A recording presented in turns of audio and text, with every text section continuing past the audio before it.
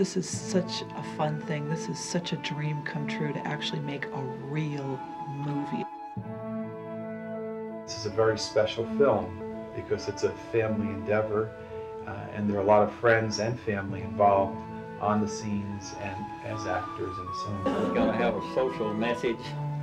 Well, the name of the movie is called What Matters Most, and the message is, it's really, if you really want to succeed in life, you should let the director tell you. The story of the film, it's a love story, and it's kind of Romeo and Juliet in a sense that the guy in the story, his family are the well-to-do, and the girl has grown up with a single mom. I just don't see how Lucas's daddy is going to let him take you to this dance. I can't believe you just said that. I started writing this about 6 years ago, and I was using our daughter Polly as the Heather character. We got serious about actually making the film about a year ago. From the very beginning, I thought I could direct it, and what happened was when we started talking about investing more into it and the budget got higher, there was a concern because I'd never directed a movie, and could I do this? I see them pushing the door open, and almost there being like a little struggle, you know, to get through. So, what makes you think I'd want to take a ride with you anyway? Well, you're here, ain't you? Good point. My big concern was when you've got all the cameras there and everybody's there, it's like, what do you say? How do you get it going? Is it like, go, start? She's doing a heck of a job. I mean, a first-time director. You know, she told me the first day, this was her first time on a movie set, and I just went, whoa. And that's hard to do. I like the professionalism, how she came in and she sat down and let's talk about it. She asked questions that made us think. There you go.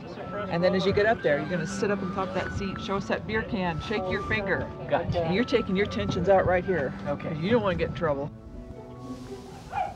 She can't do that, Maynard. Pull up there. Careful, Miss Clinton might go by.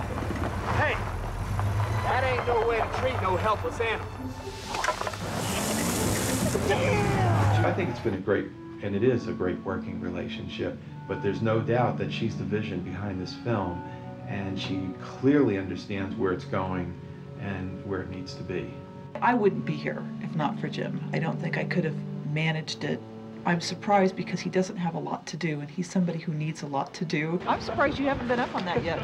I would have, but they were looking at me like I was nutty, so. And I didn't want to say I paid for it. They would say, because I know what they'd say. They'd say, so what? I've done 3 other projects with couples, you know, that were basically first-time filmmakers, not necessarily first-time directors or writers, but I mean, first-time filmmakers. And I'm not afraid of that. I thought, yeah, you know, here's a person that, you know, I want to work for. The other special situation that everybody here knows is that unfortunately a week before we came to Texas to shoot this film, Jane was learned that she had cancer, metastasized breast cancer again. And of course she's very tough and she's fighting that, and she's here getting chemotherapy. I remember Sue and Josie and everybody was crying, and I told them that day, I said, look, you guys, I said, it's sad, I said, but we're going to make this movie, and I know one thing, I know Jane's going to make this movie, and no one's going to stop her, and nothing's going to stop her, including cancer. My first inclination was what do we do?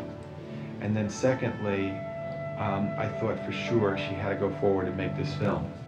About 2.5 years ago, I first was diagnosed with breast cancer. So then just a month ago, I found quite accidentally that I had a recurrence, and it has metastasized, and that was kind of scary because we were only about a week or so from coming here and everything was set in place. She told me that Wednesday had been one of the happiest days in her life, most exciting days of her life, and Thursday was one of the saddest. I talked to my oncologist, and she felt like she could give me a protocol of chemotherapy that I could start initially taking here after I got here and do it once a week. But the interesting thing about breast cancer, at least at the stages, both stages of when I've had it, is you don't feel anything and you don't feel sick. Well, all the people on the movie set think you're over healthy.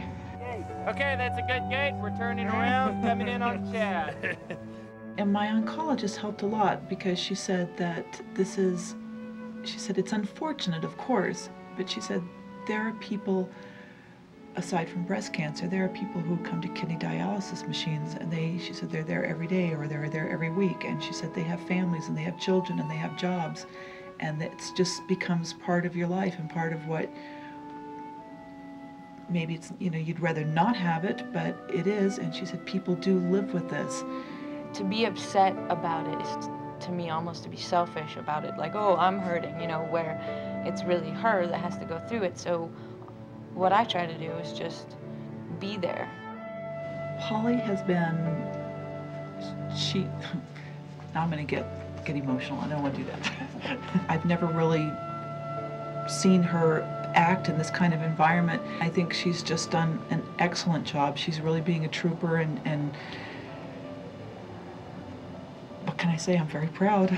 This is her dream, and she's actualizing it, and I'm so happy that I can be part of that. And I want to do the best job that I can for her for that. It's interesting that the title, What Matters Most, was created long ago, before Jane ever had cancer. And there's some people on this film, some of the actors, some of the cast, some of the crew, who all sort of came together in some ways by fate. What matters most?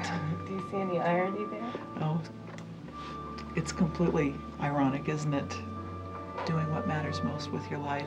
And I really do take it a day at a time, because if you start thinking about all the what ifs of what could happen, it can be overwhelming. And today's the day I've got, and I do take this day at a time.